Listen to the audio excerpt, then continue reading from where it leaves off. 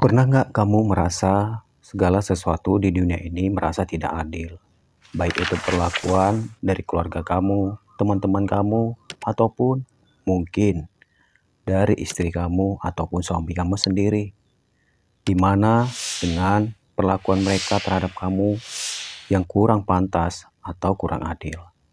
Nah, di hari ini saya ingin saat kamu mendengarkan ini, belajarlah untuk berdamai dengan diri kamu sendiri. Yuk, kita saat ini lipat tangan dan tutup mata, kita minta hikmat daripada Tuhan. Puji dan syukur, ya Allah Bapa kami yang di dalam surga. Tuhan, hari ini kami mau belajar, mengkoreksi diri kami. Apa yang salah dan apa yang perlu kami perbaiki. Kami minta hikmat daripada-Mu Tuhan. Biarlah kami terus belajar dan belajar tentang kebenaran firman-Mu. Dan biar kiranya Tuhan memberkati hidup mereka yang selalu setia mendengarkan apa yang kami bicarakan hari ini. Karena melalui kebenaran firman-Mu dan landasan firman Tuhan adalah sebagai penopang hidup kami. Bapa, saat ini kami siap untuk mendengarkannya. Dan biarlah Tuhan berkati hamba-Mu dalam menyampaikan apa isi hatinya. Dan saat ini kuserahkan semuanya ke dalam tangan-Mu. Haleluya. Amin. Baiklah saudara-saudara terkasih di dalam Tuhan Yesus Kristus. Banyak kita manusia yang saat ini atau di tahun 2003 ini mengeluh dengan keadaannya. Bapak Ibu saudara-saudara terkasih,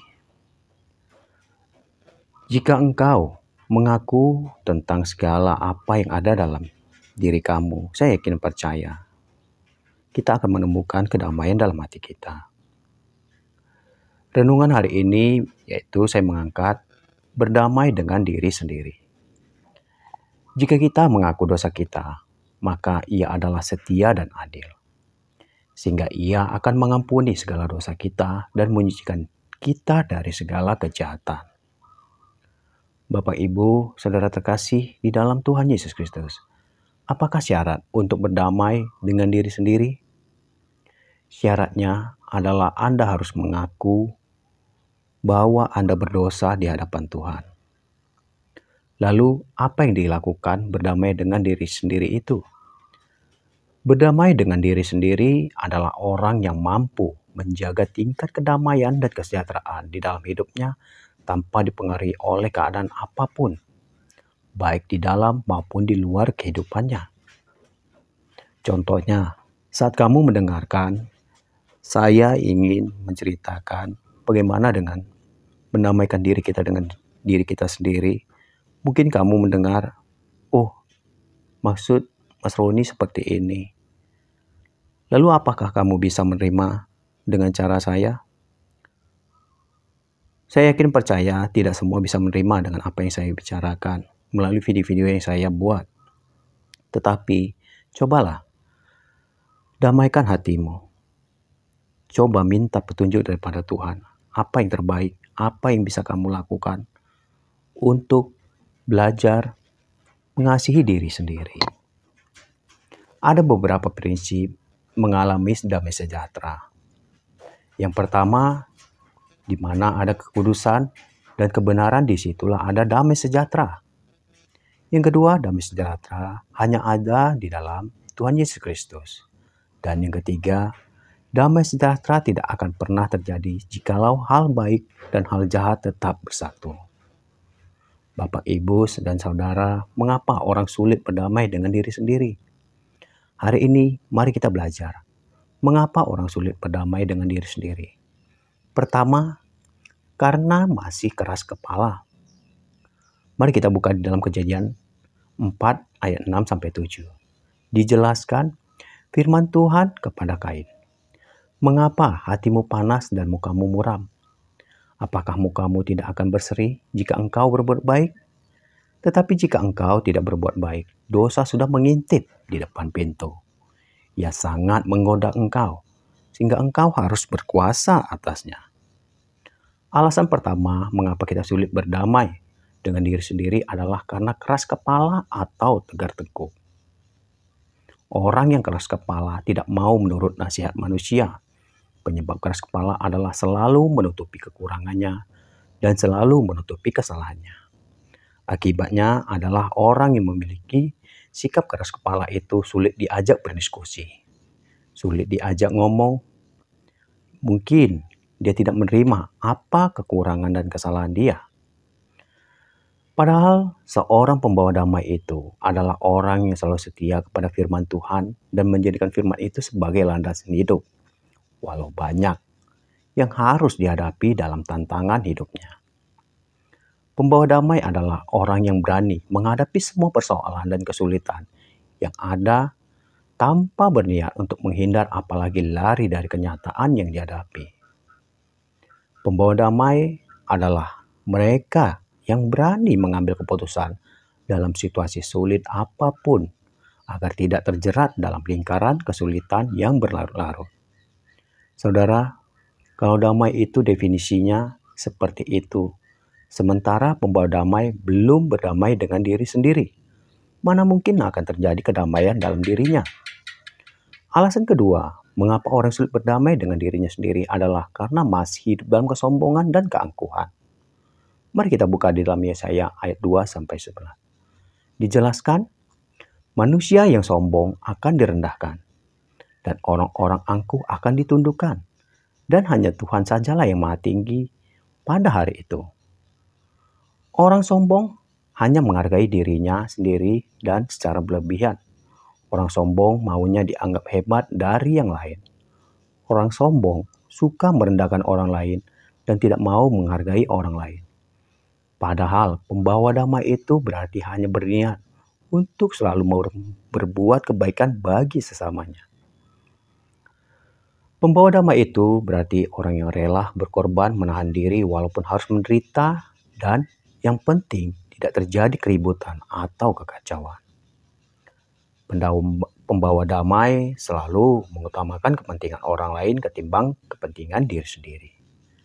Kalau damai itu definisinya atau artinya begitu, sementara yang membawa damai belum mengalami damai pribadi, yaitu masih ada suatu kesombongan, mana mungkin damai itu akan terjadi. Lalu alasan ketiga, mengapa orang sulit berdamai dengan dirinya sendiri? Yaitu karena masih hidup dalam kemunafikan. Mari kita buka di dalam 1 Yohanes 4 ayat 20. Dijelaskan, jikalau seseorang berkata, aku mengasihi Allah, dan ia membenci saudaranya, maka ia adalah pendusta. Karena barang siapa tidak mengasihi saudaranya yang dilihatnya, tidak mungkin mengasihi Allah yang tidak dilihatnya. Orang munafik selalu mengatakan yang tidak sesuai dengan apa yang dilakukannya. Orang munafik selalu ingin terlihat baik, sementara dia itu adalah tidak baik. Orang munafik adalah orang yang bermuka dua. Padahal, pembawa damai itu ibarat pertemuan orang yang saling berjabat tangan atau salaman, hingga ada keinginan untuk merasakan damai. Tidak ada kesombongan, kebohongan, benci, dan gosip di setiap percakapan dan pertemuan tersebut. Bahkan, percakapan yang terjadi hanya menyenangkan hati tanpa ada unsur ketidakbaikan. Pembawa damai adalah orang yang selalu proaktif untuk melakukan hal yang baik, selalu menyelesaikan setiap masalah dan persoalan yang ada. Pembawa damai adalah orang yang tidak pernah kecil hati pada saat orang lain tidak menghargai apa yang dia lakukan, meski dia telah melakukannya dengan penuh pengorbanan dan perjuangan keras. Kalau pengertian damai yang seperti itu, sementara pembawa damai masih munafik, apakah akan terjadi damai? Tidak mungkin. Bapak, Ibu, Saudaraku, oleh sebab itu, agar kita dapat berdamai dengan diri sendiri, maka kita harus berhenti hidup dari keras kepala, berhenti hidup dari kesombongan dan keangkuhan, berhenti hidup dari kemunafikan.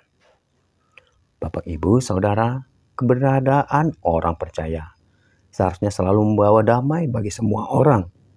Sebab membawa damai berarti mengekspresikan kasih Allah. Bukan sebaliknya, kita justru menjadi batu sandungan yang membuat orang lain kecewa dan sakit hati. Bukti bahwa kita sudah menjalankan tugas perdamaian adalah ketika kita hidup sudah menjadi kesaksian bagi banyak orang. Itulah sebabnya Tuhan Yesus berkata, "Berbahagialah orang yang membawa damai, karena mereka akan disebut anak-anak Allah." Oleh karena itu, libatkanlah selalu Allah dalam langkah kehidupan kita. Maka sebutan anak-anak Allah akan menjadi predikat dalam kehidupan kita. Kalau kita disebut anak-anak Allah, maka kita adalah ahli waris di dalam kerajaan sorga.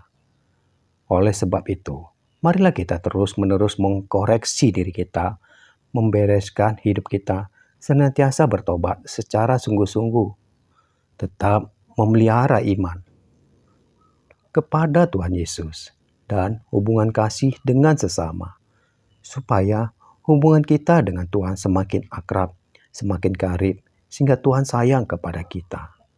Sampai di sini, saya berharap kamu mengerti.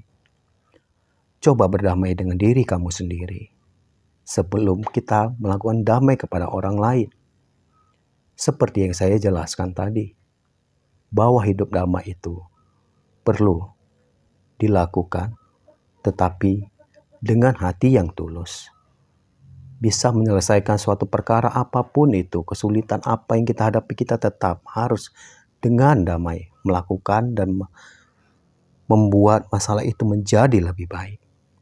Nah, saat ini, saudara-saudara, coba koreksi diri kita sendiri. Apakah kita sudah melakukan damai itu? Minta hikmat daripada Tuhan. Selalu minta petunjuk. Apapun pergumulan kamu. Mungkin hari ini kamu punya masalah dalam keluarga kamu, dalam pekerjaan kamu, studi kamu, ataupun banyak hal yang lain. Berdoa kepadanya, ambil saat teduh. Tuhan, apa yang kau inginkan dalam hidup kami?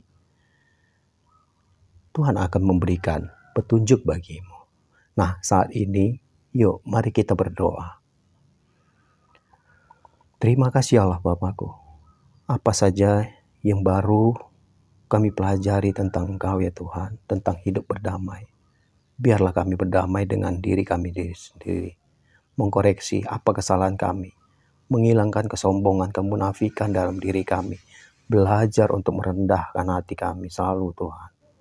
Bapa, segala sesuatunya itu adalah Engkau yang punya kuasa, Engkau yang memberikan jaminan kehidupan kepada kami, yaitu kehidupan kekal.